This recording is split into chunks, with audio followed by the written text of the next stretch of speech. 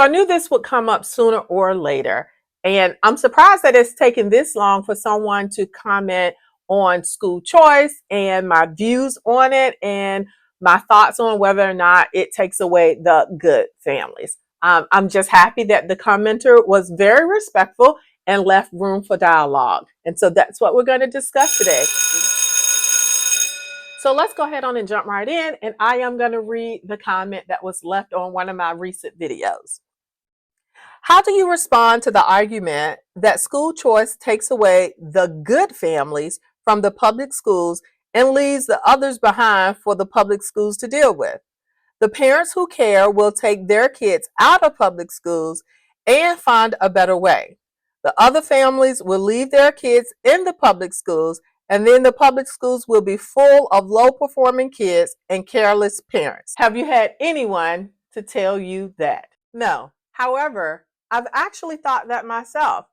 And I still can't say that that is 100% not true.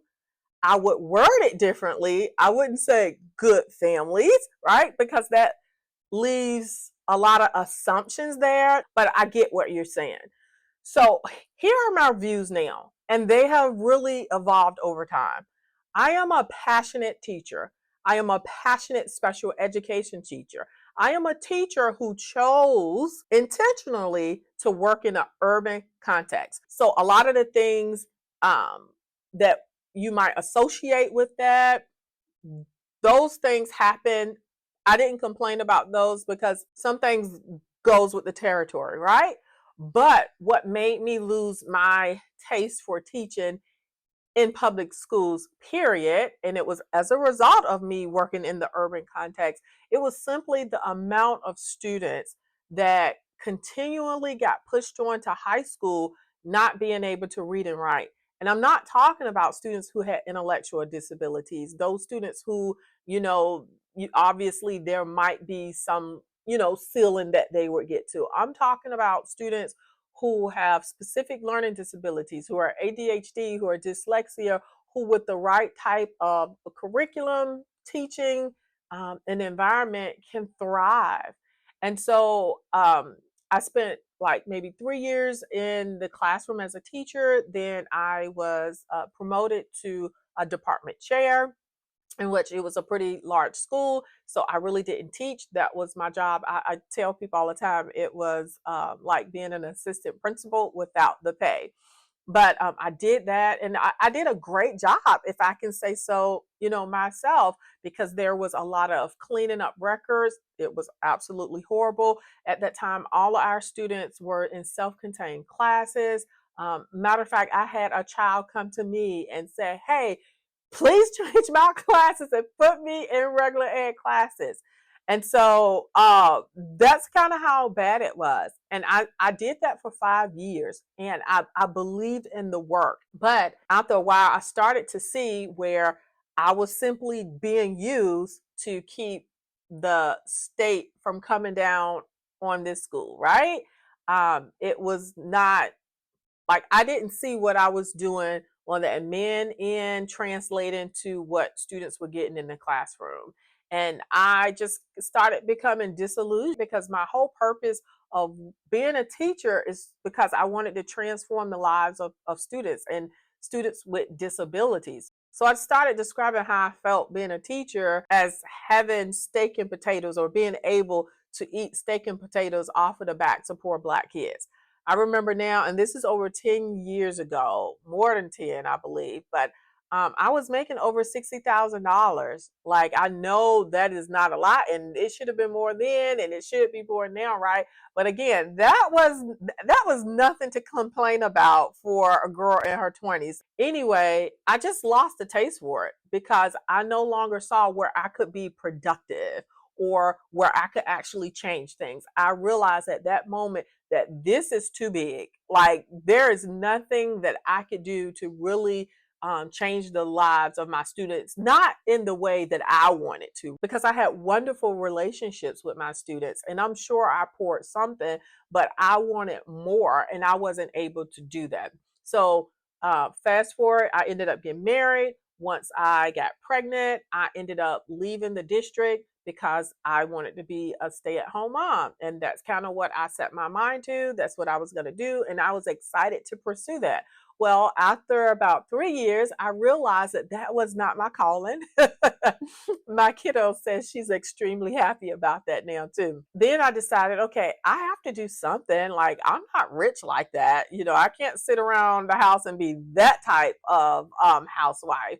So I had a nonprofit organization that I actually started when I was in administration because I missed the kids. And it was just mentoring. So my husband was like, hey, why don't you pick that up and see what you can make out of it? Well, lo and behold, I eventually made a school, a small school that I now call a micro school. I didn't know that word back then. When I tell you, it was just faith and me stepping out. Like, God was all in that thing. So I got one of my first students who happened to be like 18 years old. He had dropped out in the ninth grade. Okay, 18-year-old kid dropped out in the ninth grade. The way that he was introduced to me, he actually went to a local church and asked for help because he couldn't read. He wanted to get a job. He had not been able to get a job from when he dropped out all the way up until that point. And he happened to be assigned to the retired teacher who helped me out in my school early on. And so she called me up and she said, hey, Cindy, I got your first student. So I was so excited. And when I met him, I actually went to his house to talk to him and his mom. And at first I was so worried because everything about him said, lady, I don't want to do this. Now I realize he was just extremely insecure and didn't know how to really talk to people. He was just had low self-confidence and everything. Anyway, within 1 year, we taught that kid how to read. And when I tell you, he blossomed. So my eyes started to be open up. It was like, and I didn't think I was that great of a teacher. Again, I mean, I've never really did a reading program. I mean, I've done a lot of training, but my background is not in reading per se. I think I'm a decent teacher, but to have the type of success that I did with him, I was like, oh my God, like, how did this child, and he wasn't a behavior problem. That was the other thing. Had never been suspended. He wasn't a behavior problem. I had eventually asked him, well, why did you drop out? Like, he was just like, I was very much embarrassed. I didn't really have any friends. I just came and put my hood over my head. Nobody said nothing to me. I didn't say anything to anybody. And then he was like, it was just like, what's the point? And I was like, how could this baby, how could he? Because he is wonderful. So anyway, worked with him for 2 years. And I believe we got him to a point where he was tested maybe at about the fifth grade level, but he was able to navigate material at the middle school level with accommodations and all of that good stuff. I tried to convince him to go to trade school because I was like, you know enough, you can do it. I will still be here for you. But he still had a lot of insecurities. But by this time, we also had gotten him employment. His confidence, again, went through the roof because he got in there, could work with his hands.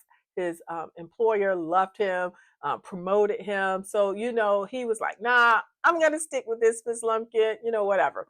So anyway, success story, right?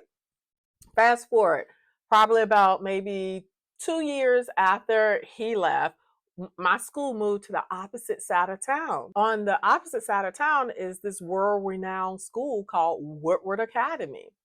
Really awesome private school, beautiful, looked like a little college campus. I was in a church that was maybe 1 block away from the school. And I was looking out of the window one day and I saw this lady that I recognized. It was that student's mom. And then it all came back to me. She worked as a cleaner at that school at Woodward. And here she is getting off of public transportation, walking to Woodward Academy. And it was at that point that I said, like, how messed up. This woman has worked for this school for years, cleaning, and her child needed the help that they could have provided. And it was little old triumph by chance. I say it's by chance, but we know it was God who orchestrated that. I thought that was the most, I don't know, I just thought that that was the most bizarre thing to me. That being in an environment where the kids had it all, and that you were a part of the reason that they could go to that school and it be clean and disinfected, where your own child never even got to read. So I say to you and anyone else, does school choice matter to her? She would be one of the ones you would say, I guess, not a good family. But she's very much a good family. Matter of fact, their family is very much a good family. Both of his parents were the working poor, and they couldn't afford even where she worked at. Do we say to that child, you deserve to continue to stay in a place where they're not teaching you that everything is the status quo? That is when, for certain, my views on school choice change. Because here's the reality: what you're saying is, it doesn't matter how poor some public schools are, it doesn't matter how many kids get left behind. They need to be sacrificed for the greater cause of, I guess, whomever are succeeding. And it's a lot of kids that are succeeding. But those families need to have choice. Now, are you right? There are some families who, they're, even if they're given autonomy to do something different, they're not. But that's not every family. And just because people are poor, impoverished, it doesn't mean that their children, that they don't want their children to have a better education. Now, here's this thing about the good families, which I would more equate to people of means, okay? And I would say people who have resources and people who are financially well off. They don't need you or me to do what they're gonna do. You know how I know? Right where I'm at, there's a Westminster, Padea, Woodward Academy, Walker School, like you name it. We have some of the most prestigious private schools around, and a lot of them, and they are full. None of those people are taking their school choice money and going to these schools. They are paying for it because they can. And people with resources, they're doing the same thing. They don't need school choice to do what they want to do, because they're going to do what they want to do because they can do. And I'm my own example of someone with resources. I realized that my daughter in pre-K was dyslexic. Of course, now I do believe in allowing the teacher to be teacher, but people think you crazy when you start trying to like say stuff like that for kids that young. So I said, you know what, Cindy, maybe, because of your own situation, don't put this on her. So I let it slide. Then we went to elementary school, kind of started the year around, hey, I'm just kind of see this. Oh no, she's wonderful. She's this and she's that. And she was all of those things. But there were some really real things wrong. How do I know? I'm an expert. No, I'm kidding. I am. I know my stuff. But two, I also knew it ran in our family. By December, I realized that my child was going to end up like myself, as far as not being diagnosed until way later and not really getting the help. And I wanted to prevent that for her. So I took my resources and I called people, talked to friends, and all of this stuff, because I don't deal with little people. I tell people all the time, I'd rather get cussed out than to give hugs. Kidding. But no, I don't work with little people. So, but I navigated my resources and I was strategically told what to do, how to do, and when to do it. And then I was like, hey, this school over here has an amazing program for dyslexic students. How much is it? $30,000. Actually, over 30,000. Oh my God. I can't afford that. Don't worry about it. Do this, this, and this. Took my child. She's a classic textbook dyslexic kid. They accepted her. We are on scholarships. And every day I drop her off or I go pick her up, I look and I see what they're doing so that I can bring it back to this small school that survived off of the itty bitty school choice money while I'm around state of the art public schools where these same kids are being failed. This is why my opinion of school choice have changed. No one, no one needs to be sacrificed. And I can be for public schools and not against private schools or micro schools. And you can too. The reality is public schools are not living up to what they should be, what they was purposed to be.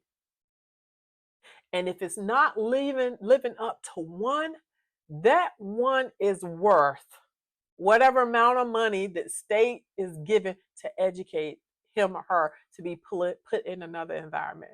That is what keeps me going. Again, I am not rich. I do not even now make a lot of money in what I do here. But I work hard to keep these doors open because I don't turn away students. Even the ones who come to me with their measly scholarship from the state, because it's not a lot, it is not enough. I still don't turn them away. I make it happen. They are worth it. They should not be sacrificed so that any other kid can have the most amazing education, so that any other teachers won't have to put up with or deal with what they call the bad families, the not great students. Will some people get hurt? Unfortunately, I honestly don't know. I stopped that. Someone just knocked on the door. But I think I got the point across. What I feel about school choice. No matter what argument someone can bring after this point, because of a child that I've educated over the years, they were worth it. Their families wanted help. And I promise you, the students that I've worked at are not going to Woodward. They're not going to Padilla. They're not going to Westminster. Their families would not have even conceived of a private education. Most of them. I had one or two, but most of them wouldn't because it wasn't in their reach. But because of Triumph and the vision that I had and the people that I want to help, they were able to get something different that the public education system couldn't or wouldn't provide for them.